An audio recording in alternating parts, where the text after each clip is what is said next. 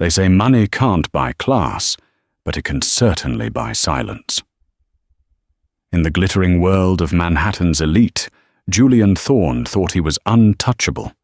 He thought his pregnant wife, Jake, was just a trophy he could tarnish whenever he got bored.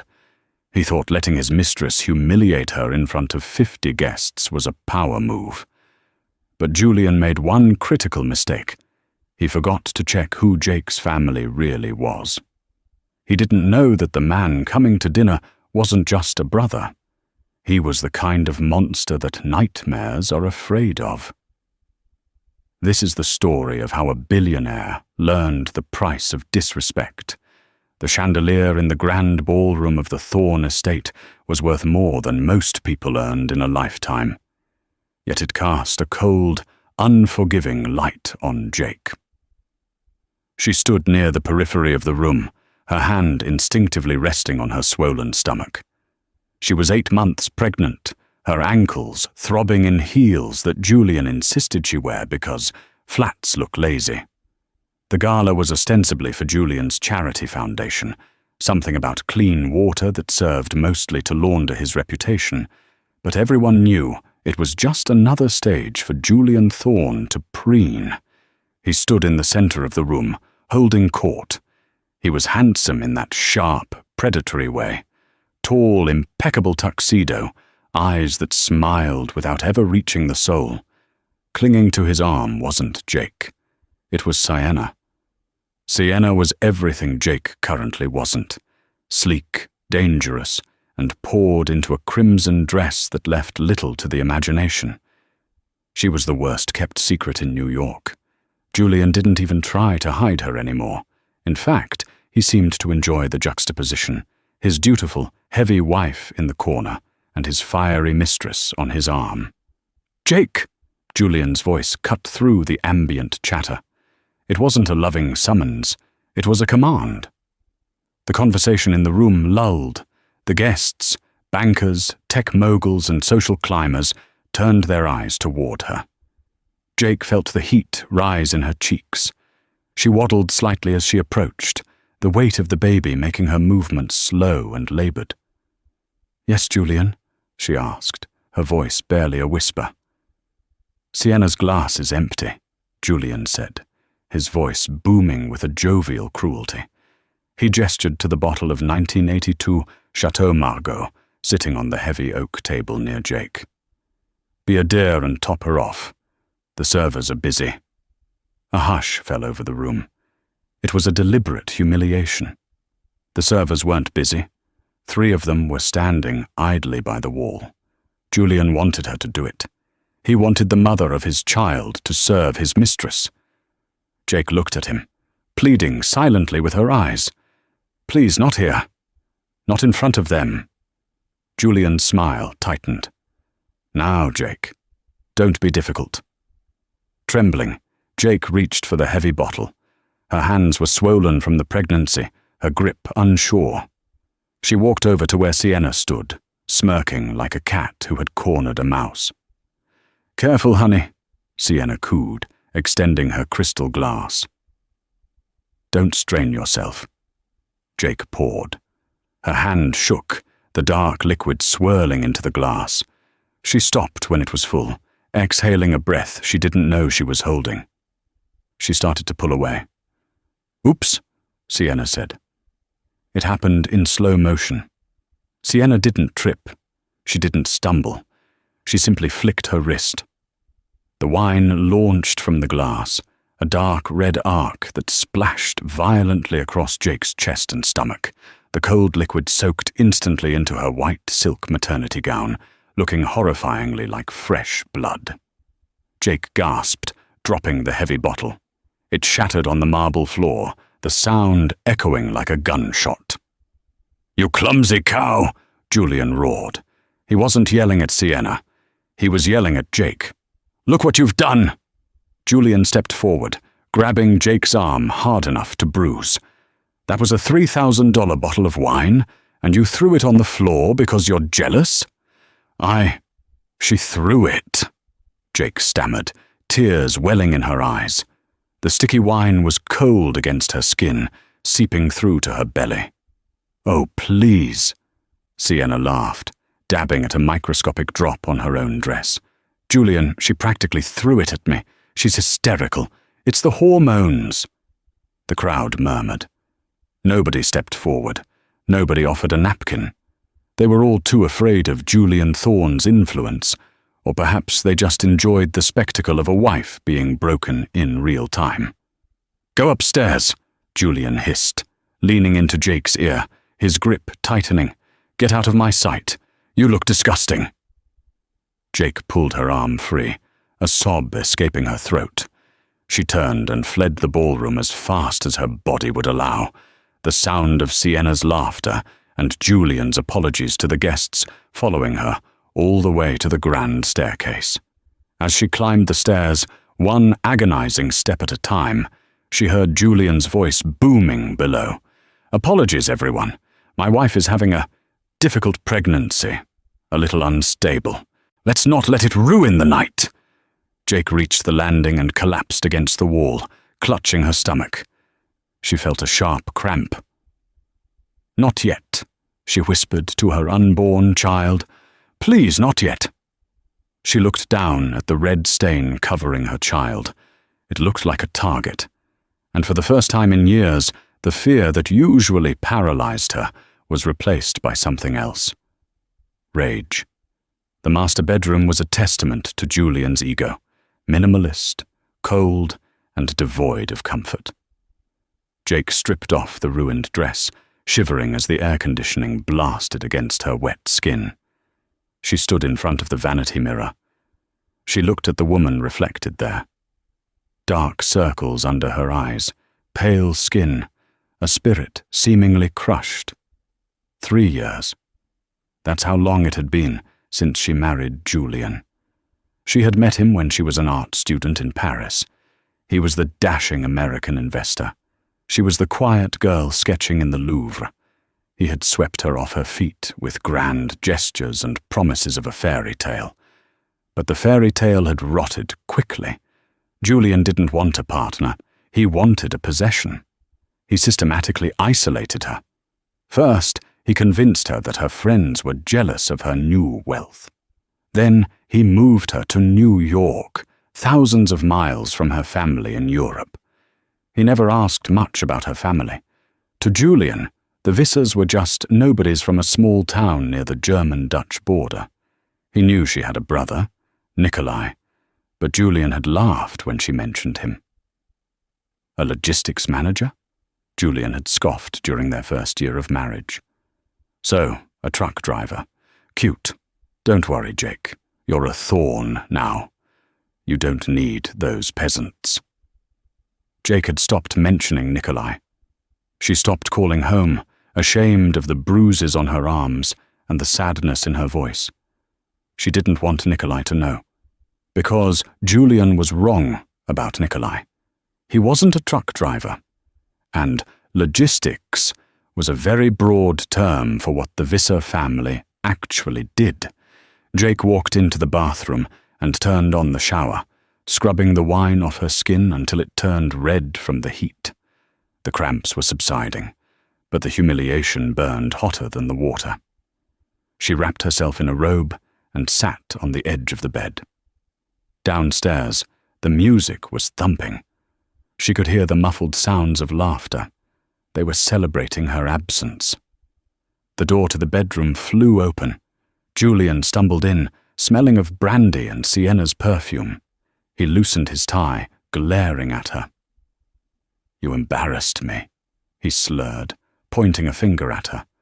"Do you know who was there? The senator, the entire board of directors, and you stand there dripping like a wounded animal." "She poured it on me, Julian," Jake said, her voice surprisingly steady. "I don't care," Julian shouted, kicking a chair. "Even if she did, you take it. You smile and you take it. That is your job. I pay for the clothes on your back, the food in your mouth, and the roof over your head. You exist because I allow it." He walked over to the nightstand, grabbed her phone, and tossed it onto the bed. "Sienna is staying the night," he said casually, as if discussing the weather. "In the guest wing. But I don't want you wandering around. You stay in this room until I say otherwise. If you come downstairs, if you make a sound, I will cut off your credit cards. I will make sure you end up on the street with that brat in your belly. Do you understand?" Jake looked at him. Really looked at him. She saw the weakness behind the bluster. She saw a man who thought money was the only currency in the world. "I understand," she said softly.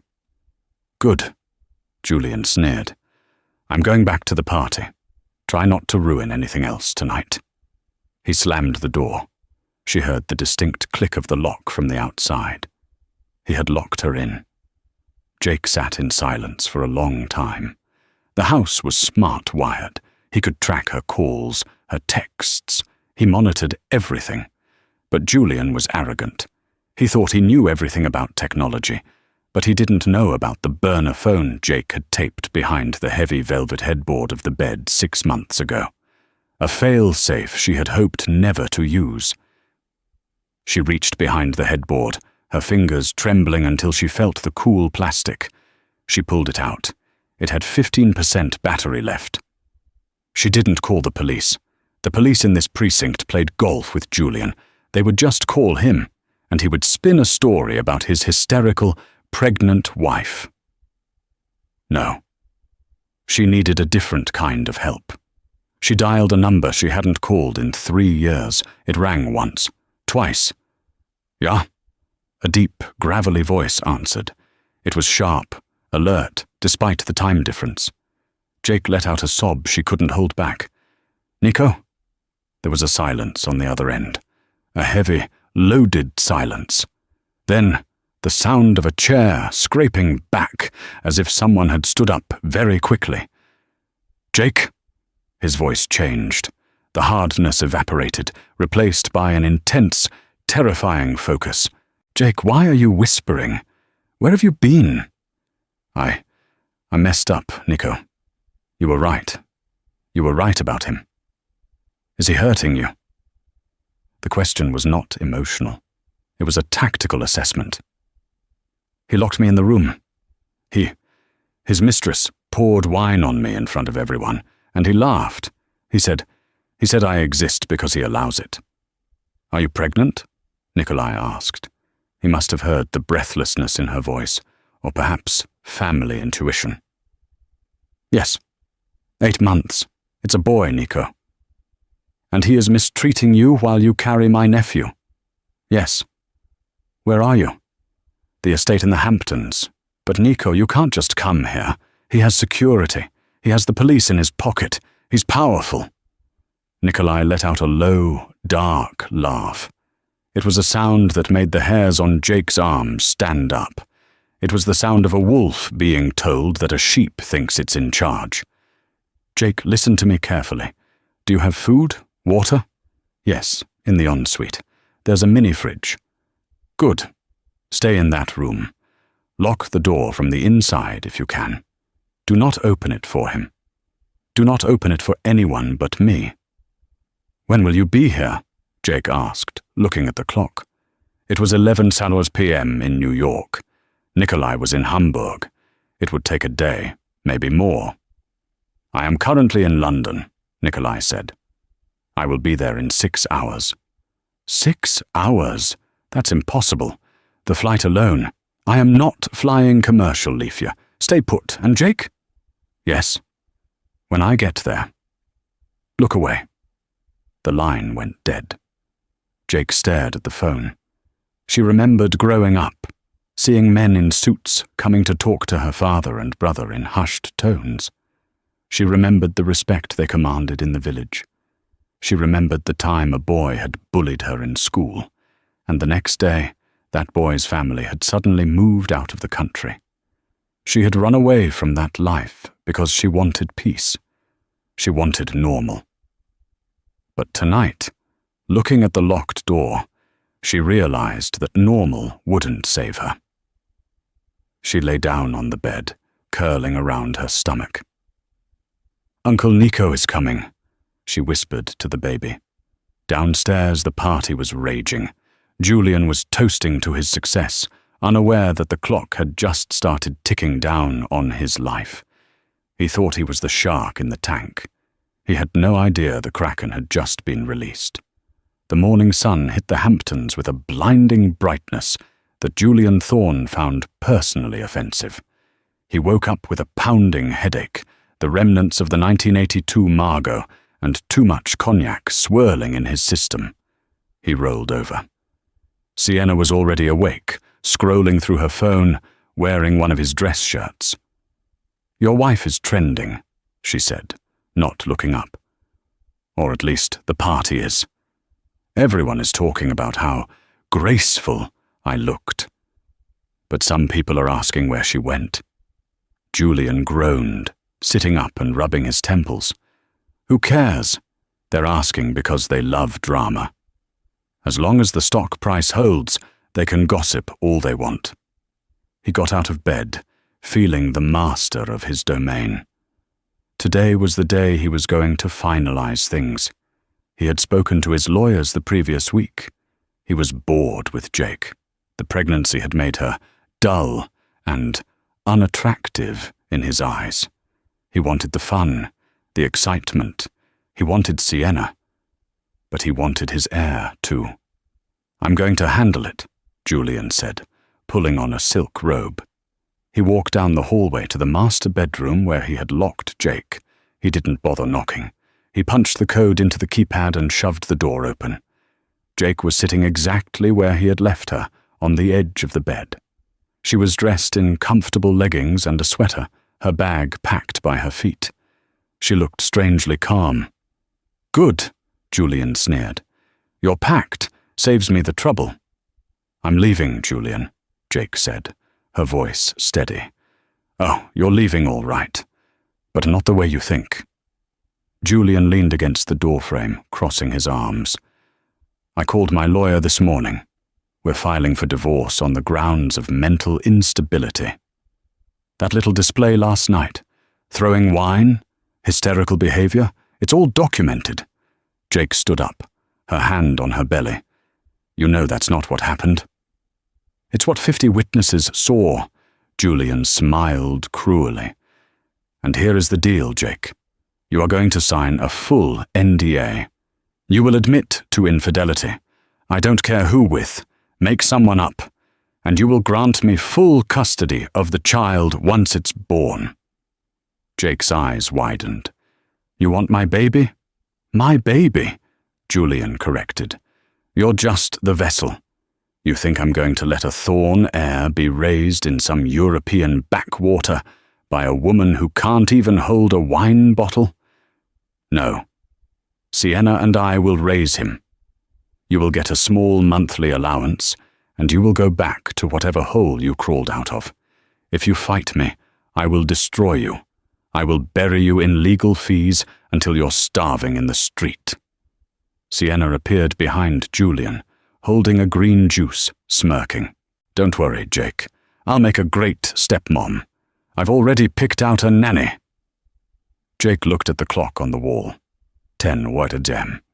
6 hours, she whispered to herself. "What?" Julian snapped. "Nothing," Jake said, a strange, cold smile touching her lips. "I won't sign anything, Julian." Julian's face turned red. He took a step forward, raising his hand. "You stupid Boom! The sound wasn't thunder. It was the sound of the massive, reinforced iron gates at the end of the driveway being ripped off their hinges. Julian froze. What the hell was that? He ran to the window that overlooked the long, winding driveway. His eyes bulged. 3 matte black Mercedes G-Wagons, modified with bull bars and armored plating, were tearing up the pristine lawn. They hadn't waited for the intercom. They had simply driven through the gate. "Who the hell is that?" Sienna screeched, dropping her juice. "Is it the paparazzi?" "Paparazzi drive Priuses, you idiot!" Julian shouted. He grabbed the intercom on the wall. "Marcus, security, stop them! Shoot them if you have to!" But the intercom was dead. There was no static, just silence. Below, The car screeched to a halt in front of the fountain. The doors flew open. Julian expected police.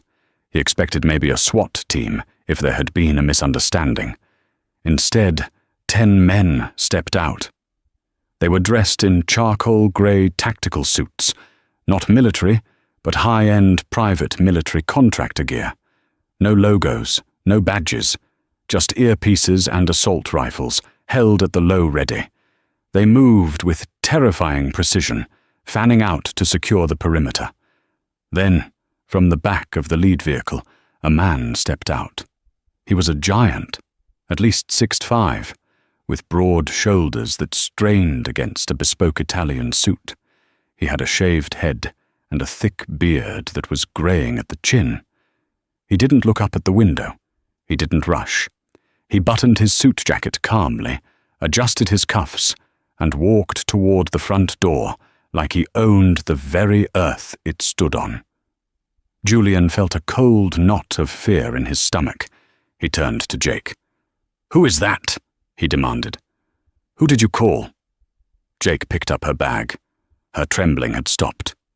"You called him a truck driver," she said softly. "You should have checked what he was transporting." Julian Thorne scrambled downstairs, his heart hammering against his ribs. He was a man who solved problems with checks and lawyers, not physical confrontation. He grabbed a golf club from the bag in the hallway, a pathetic weapon against what was outside, but it made him feel slightly less naked. "Stay here," he yelled at Sienna, who was hyperventilating on the stairs. Julian reached the grand foyer just as the front doors exploded inward. They weren't kicked in. A small, precise charge had blown the lock mechanism, swinging the heavy oak doors open with a violent gust of wind. Julian stumbled back, raising the golf club. "Get out! I have cameras! I'm calling the police!" 2 of the tactical operators entered first. They didn't even look at Julian. One of them swept the room with the barrel of his rifle, then gave a curt nod. "Clear." The man from the car walked in. Up close, he was even more terrifying. His face was a map of violence. A jagged scar ran from his ear to his jawline, disappearing into his beard. But his eyes were intelligent, calm, and utterly devoid of mercy. He looked around the foyer, taking in the expensive art, the marble floors, and finally, the trembling man in the silk robe holding a 9-iron. "You must be Julian," the man said. His voice was deep, accented with a heavy Dutch-German lilt. It sounded like gravel grinding together. "I'm Julian Thorne. Do you know who I am?" Julian shouted, his voice cracking. "Get out of my house." The man ignored him. He tapped his earpiece. "Secure the grounds. Nobody leaves. Cut the hard lines. Jam the cell signals." "Roger," a voice crackled in his ear. "Hey, I'm talking to you." Julian took a step forward, swinging the club. The man moved so fast, Julian didn't even register it. One moment the man was standing 5 feet away. The next, his hand was wrapped around Julian's throat. He lifted Julian off the ground as easily as if he were a child. Julian gasped, clawing at the massive hand. His feet dangled 6 inches off the floor. "You are loud," the man said, his voice lowering to a whisper. "I do not like loud noises." He threw Julian. He didn't push him. He threw him. Julian flew across the foyer and crashed into a console table, shattering a Ming vase. He groaned, clutching his ribs, gasping for air. Sienna screamed from the top of the stairs. The man looked up. He assessed her for 1 second, crimson dress, terrified expression, and dismissed her as a non-threat. "Jake!" the man called out. His voice softened instantly. "Where are you, Liebchen?" "I'm here, Nico." Jake appeared at the top of the stairs. She was holding her stomach, tears streaming down her face. The giant's face broke. The mask of the killer fell away, replaced by pure, agonizing concern. He walked to the bottom of the stairs, extending a hand. "Come down. Carefully." Jake walked down, bypassing Sienna, who was pressed against the wall, shaking. When Jake reached the bottom, Nikolai Visser pulled her into a hug that looked like it could crush a bear, but was gentle as a feather. He kissed her forehead. "I am late," he apologized. "Traffic on the LIE is inefficient." "You came," she sobbed into his suit. "I always come." Nikolai pulled back and looked at her. He touched her cheek, then looked at the red stain on the carpet where Julian had fallen. He looked at the bruises on Jake's arm, faint, but visible to a trained eye. Nikolai turned back to Julian. The warmth vanished. The winter returned. Julian was trying to crawl away. "I'll sue you. I'll have you arrested. My friend is the chief of police." Nikolai walked over to a leather armchair and sat down, crossing his legs. He gestured for one of his men to bring a chair for Jake. "Sit, Jake. You should not be standing." "Who are you?" Julian wheezed, pulling himself up to a sitting position. "What do you want? Money? I have money. Take whatever you want." Nikolai laughed. It was a dry, humorless sound. He reached into his jacket pocket and pulled out a silver cigarette case. He lit a cigarette, ignoring the no-smoking rule of the Thorne estate. "Money?" Nikolai exhaled a plume of smoke. "Mr. Thorne, my company, Visser Logistics, moves €4 billion worth of cargo across the European borders every year. I do not need your money. I have enough money to buy this Hampton swamp and turn it into a parking lot." Julian blinked. "Logistics? Jake said you were a manager." "I am a manager," Nikolai agreed. "I manage problems. Sometimes I move weapons for governments that cannot be seen moving them. Sometimes I move gold. Sometimes I move people who need to disappear." He leaned forward. "And sometimes I manage little men who think they can hurt my blood." Julian went pale. He suddenly remembered the stories Jake had told him years ago, stories he had ignored. A family business. Import-export. You're the Visser crime family?" Julian whispered. "We prefer independent contractors," Nikolai corrected. He flicked ash onto the Persian rug. "Look," Julian stammered, trying to find his negotiator voice. "This is a domestic dispute. It's a misunderstanding. Jake is emotional. She's pregnant. I was just trying to help her." Nikolai stood up. He walked over to Julian and crouched down so they were eye level. "Jake tells me you made her pour wine for your whore," Nikolai said quietly. Julian flinched. "No, it was a joke. And then you locked her in a room. It was for her safety. And then," Nikolai's voice dropped an octave, "you told her she exists because you allow it." Julian said nothing. He couldn't breathe. The air in the room felt heavy, suffocating. "You have a god complex, Julian," Nikolai said. "You think you are the apex predator because you have a black Amex card. But you are not a wolf. You are just a sheep with a lot of wool." Nikolai stood up and snapped his fingers. Two of his tactical men stepped forward, grabbing Julian by the arms and hauling him up. "What are you doing? Where are you taking me?" Julian screamed, thrashing. "To the dining room," Nikolai said, adjusting his cuffs. "I am hungry, and we have a lot of drinking to do." He turned to Sienna on the stairs. She jumped. "You too, Fräulein," Nikolai said coldly. "You are the guest of honor." "I didn't do anything," Sienna wailed. "I'm just his girlfriend." "You held the glass," Nikolai said. "That makes you part of the toast." As Julian was dragged kicking and screaming toward the dining room, he looked back at Jake. She hadn't moved. She sat in the chair, her hand on her belly, watching him with eyes that were no longer afraid. She was watching the scales balance. The dining room of the Thorne estate was designed to intimidate. A 20-foot mahogany table, imported from a French monastery, sat beneath a vaulted ceiling painted with cherubs. Usually, Julian sat at the head, looking down the long expanse at his guests. Today, Julian was on his knees. Nikolai sat at the head of the table. He had removed his suit jacket, revealing a shoulder holster housing a suppressed pistol. He looked entirely at ease, slicing an apple with a small, sharp fruit knife.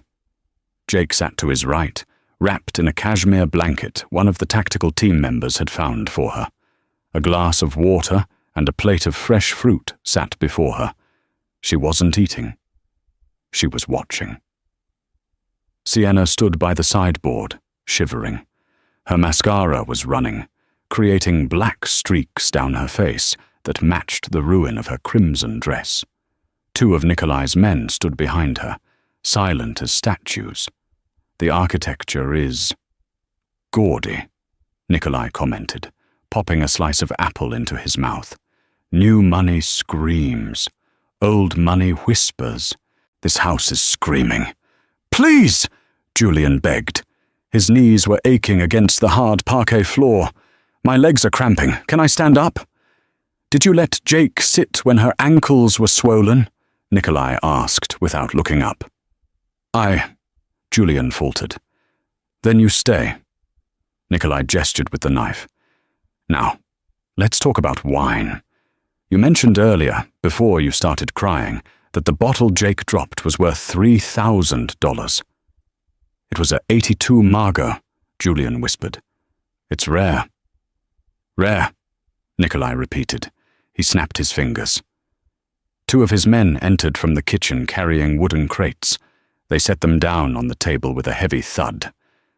Julian's eyes widened. That's my private reserve. Those are Romani Conti. Those are priceless.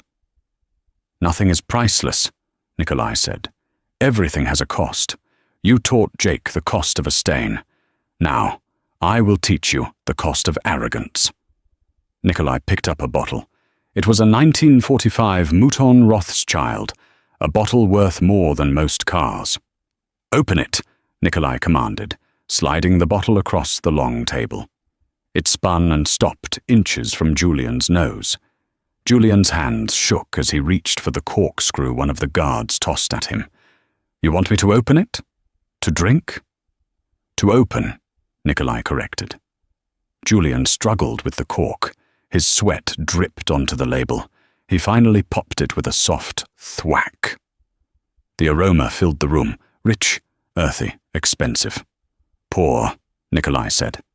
Into a glass? Julian asked, looking for a decanter. No, Nikolai pointed to Sienna, on her. The room went dead silent. Sienna let out a strangled sob. Julian, no, don't you dare! Julian looked from the bottle to the gun under Nikolai's arm. He looked at Sienna, the woman he had humiliated his wife for. I said, pour. Nikolai's voice hardened. Jake spilled by accident. You will spill with purpose. You wanted a mistress soaked in luxury. Make it happen. Please, Julian wept. This is insane. This is a $60,000 bottle. And that, Nikolai pointed at Jake, is my sister. Do you think your bottle is worth more than her tears? Nikolai picked up the fruit knife and drove it into the mahogany table. It stuck there, quivering. Julian scrambled up, bottle in hand. He walked over to Sienna. I'm sorry, Julian whispered to her. He's crazy. I have to. I hate you, Sienna shrieked, trying to back away, but the guards held her firm. Julian tipped the bottle. The dark, ruby liquid poured out, splashing over Sienna's hair, her face, her dress. It was a grotesque reenactment of the night before. The smell of vintage wine became overpowering, sickening. Sienna screamed and cried as the cold liquid drenched her. Julian continued until the bottle was empty. He stood there, holding the empty glass vessel, broken. Again, Nikolai said. What? Julian turned. There are 12 bottles in that crate, Nikolai said calmly. We are just getting started. You like wine so much, Julian. Today, you will drown in it. For the next hour, the dining room became a theater of absurdity. Julian was forced to uncork bottle after bottle of the world's finest wines, Petrus, Screaming Eagle, Lafitte, and pour them out. Sometimes on the floor, sometimes on his own expensive tuxedo, sometimes just down the drain of a bucket brought for the occasion. Hundreds of thousands of dollars of liquid assets were destroyed while Jake watched. It wasn't about the wine. It was about stripping away the symbol of Julian's status. He defined himself by these things. Nikolai was showing him that his gods were liquid, and they could be poured away in an instant. When the last bottle was empty, the room smelled like a brewery floor. Julian was panting, his hands purple from the wine stains. Sienna was sobbing quietly in the corner, a sticky, red mess. "Are we done?" Julian rasped.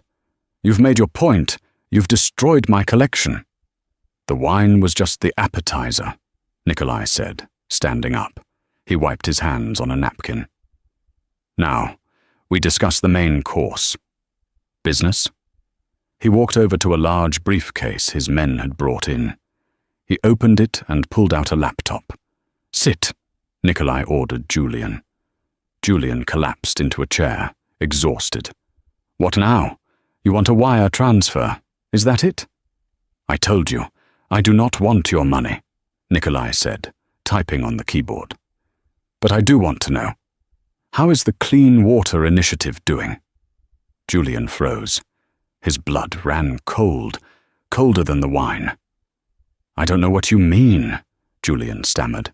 "It's a charity." "It is a laundromat," Nikolai said, turning the laptop screen toward Julian. "You take donations, you funnel them through shell companies in the Caymans, and you use the money to prop up your failing tech stocks. It is a Ponzi scheme, Julian. And you are not even good at it." Julian stared at the screen. It displayed his private ledger, the one he kept on an encrypted server. How did you get this?" "My cybersecurity team makes the NSA look like a high school computer club," Nikolai said. "We have been inside your system since Jake called me. We have everything. The fake invoices, the bribes to the zoning board, the emails where you admit to defrauding investors." Nikolai hit a key. A progress bar appeared on the screen. "What are you doing?" Julian screamed, lunging for the laptop. A guard slammed Julian's head into the table. "I am hitting send," Nikolai said pleasantly. "To the SEC, to the FBI, to the IRS, and just for fun to the New York Times tip line." "No," Julian howled. "You can't. That's my life. You'll send me to prison." "You sent yourself to prison when you decided to be a criminal," Nikolai said. "I am just the courier."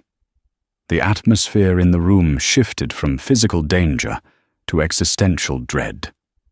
Julian realized that the man in front of him wasn't just a thug who broke knees. He was an executioner who ended lives without firing a shot. "You can stop it," Julian pleaded, tears streaming down his face. "Please, I'll do anything. I'll give Jake half. I'll give her everything." "Jake already has everything she needs," Nikolai said. "She has her family. She has her dignity."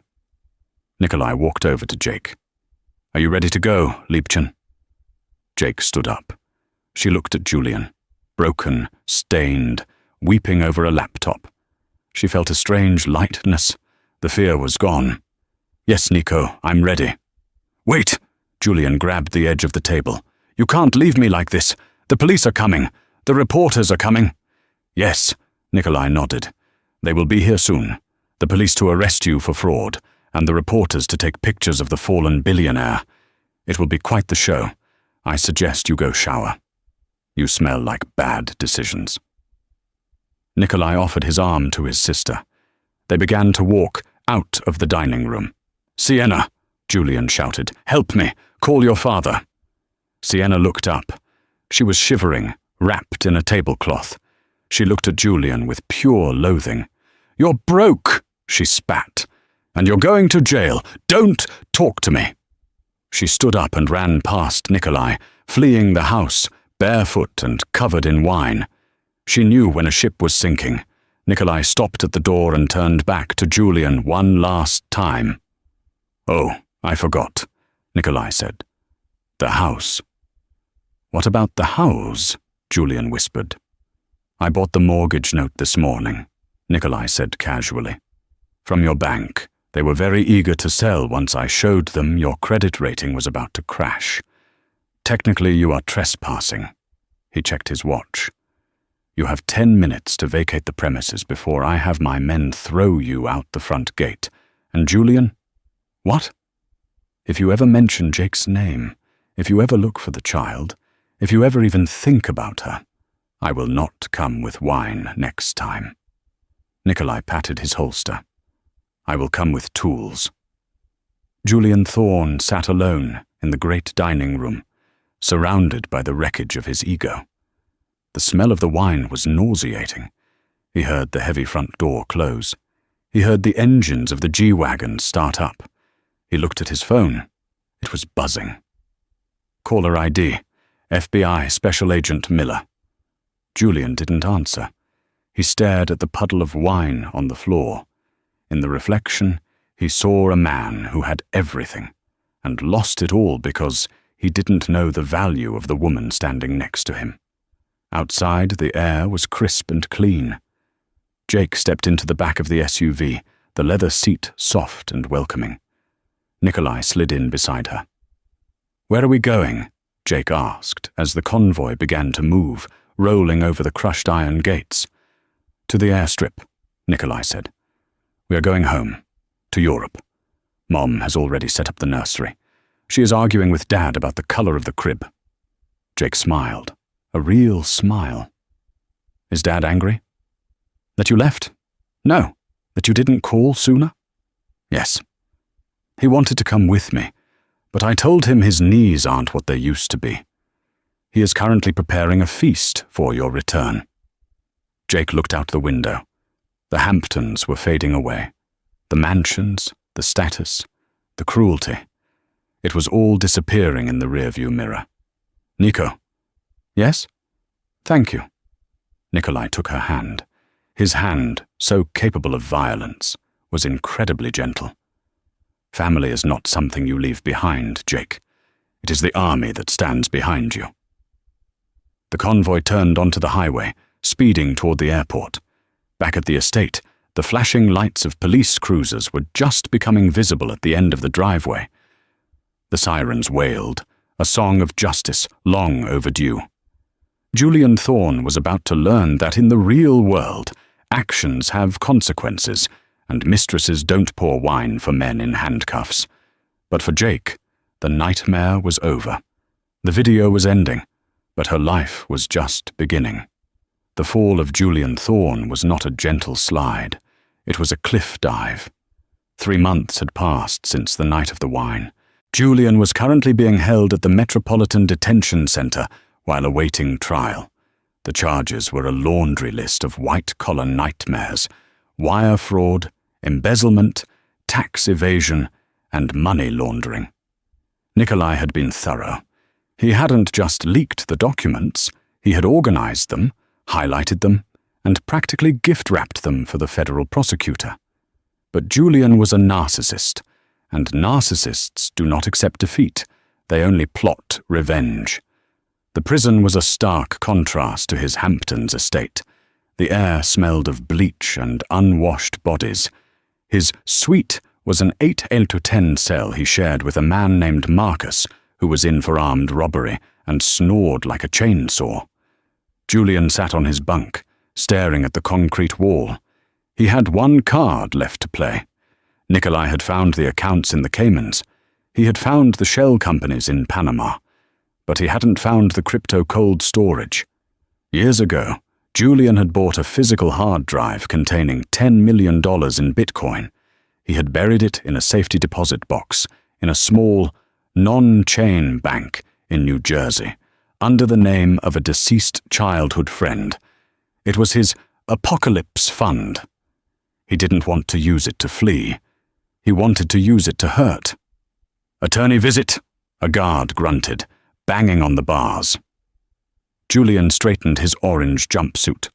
His lawyer, a court-appointed public defender named Mr. Henderson, because all his high-powered lawyers had dropped him when the checks bounced, was useless. But Julian didn't need him for legal advice. He needed him as a mule. In the visitation room, Julian leaned close to the plexiglass. "Did you find him?" Julian whispered. Henderson looked nervous. He was a sweaty, balding man who clearly regretted taking this high-profile case. "Julian, listen. The plea deal they're offering." "Forget the plea deal," Julian hissed. "Did you find the man I told you about?" Henderson looked around, terrified. I spoke to a guy. He says he knows people in Europe. But Julian, this is crazy. If they catch you soliciting, they won't catch me if you shut up," Julian snapped. "I'm going to give you coordinates. There's a key. You get the drive, you pay the man. The job is simple. I want Jake hurt. I don't care about the brother. He's too hard to get to. But Jake? She's soft. She's vulnerable." Julian's eyes burned with a maniacal light. "I want the baby gone. I want her to feel what it's like to lose everything." Henderson wiped sweat from his forehead. "The guy, he said he needs half up front. He's a professional. He operates out of Amsterdam." "Good," Julian smiled, a smile that was missing a tooth, courtesy of a disagreement in the shower block last week. "The Vissers think they are the kings of Europe. Let's see how they handle a ghost." 1 week later, the Visser estate, near the German-Dutch border. The Visser family home was not a house. It was a fortress disguised as a chateau. Nestled in a dense forest, it was surrounded by high stone walls and patrolled by men with German shepherds. Jake sat in the garden, rocking a cradle. The air was fresh, smelling of pine and rain. Inside the cradle, baby Lucas was sleeping soundly. He was 3 months old, with his mother's eyes, and, thankfully, none of his father's temperament. Jake looked healthy.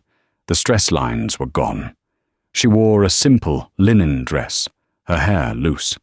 She looked like the art student she had been before New York crushed her.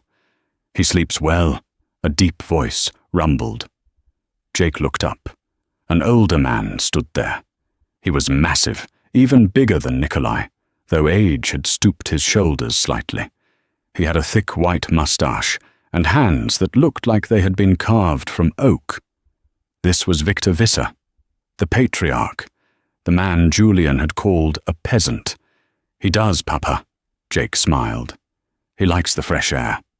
Victor sat on the stone bench next to her. He watched the baby with an intensity that belied his reputation. To the world, Victor Visser was a myth, a man who controlled shipping lanes from Rotterdam to Hamburg, a man who had stared down the Russian mob in the 90s and won. To Jake, he was just Papa. "Nikolai tells me the American is restless," Victor said, his voice a low growl. Jake's smile faded slightly. "Julian?" "He tries to reach out from his cage," Victor said. He reached into his pocket and pulled out a small black hard drive. Jake froze. "What is that?" $10 million in Bitcoin, Victor said, tossing it in his hand like a toy. "Julian tried to hire a hitman in Amsterdam. He wanted an accident for you and the boy." Jake clutched the side of the cradle, her knuckles turning white. "He tried to kill us? From prison?" "He tried," Victor corrected. "But Julian makes a mistake. He hires a professional in Amsterdam. He does not know that there is no crime in Amsterdam that happens without my permission." Victor's eyes hardened. "The hitman he hired works for me." His lawyer. He was very easily persuaded to hand this over once we showed him photos of his own family. Jake felt a wave of nausea.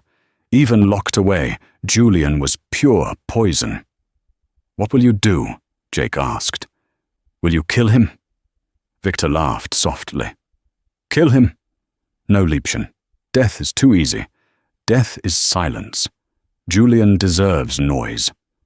Victor stood up. He signaled to the house. Nikolai walked out, holding a phone. It is time, Nikolai said. Time for what? Jake asked. To say goodbye, Nikolai said. We arranged a video call. Special privileges. The warden owes us a favor. Nikolai handed Jake an iPad. On the screen, Julian appeared. He was sitting in a small, grey room, handcuffed to a table. He looked smug. He was expecting his lawyer to tell him the job was done. When he saw Jake's face on the screen, his smugness vanished. Jake? Julian gasped. How? Hello, Julian, Jake said. Her voice was strong. She angled the camera so he could see the garden, the high walls, and the baby sleeping peacefully.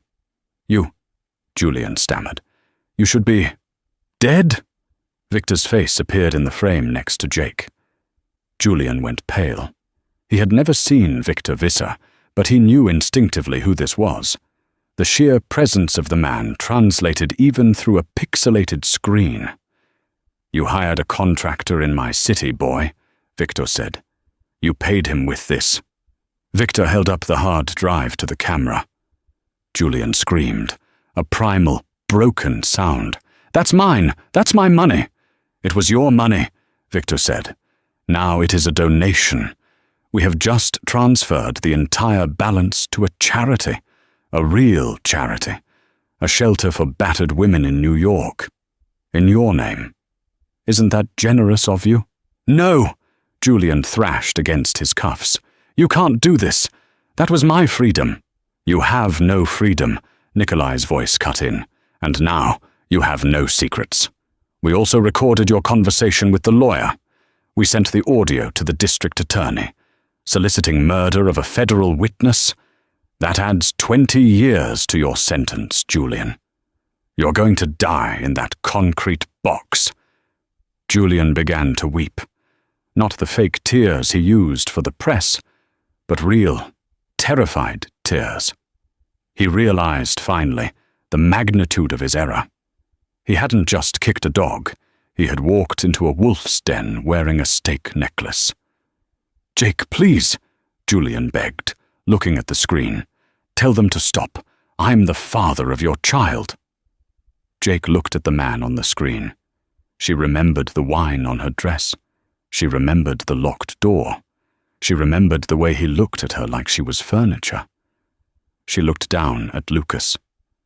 You are not a father, Julian, Jake said softly. You are just a donor. She reached out and pressed the red button. The screen goes black. Back in the garden, the silence returned. Peaceful. Absolute. Victor put a heavy hand on Jake's shoulder. It is done. The American ghost is exorcised. Thank you, Papa, Jake whispered. Come, Victor said. Dinner is ready. Nikolai made schnitzel, and I believe there is a bottle of wine. A cheap one. €5. Jake laughed. That sounds perfect. She picked up her son and walked back toward the fortress, leaving the iPad on the bench. The story of Julian Thorne was over, buried under the weight of his own hubris. But the story of Jake Visser, the mother, the survivor, the daughter of the wolf, was just beginning. If this story had you on the edge of your seat, please hit that like button. It really helps the channel grow and lets me know you want more stories like this. Don't forget to share this video with a friend who loves a good revenge drama. And if you haven't already, smash that subscribe button and ring the notification bell. We have a new story dropping next week about a cheating husband who didn't realize his wife owned the company he worked for. You do not want to miss that. Thanks for watching, and remember, treat people with kindness, or their brother might just be a logistics manager. See you in the next one.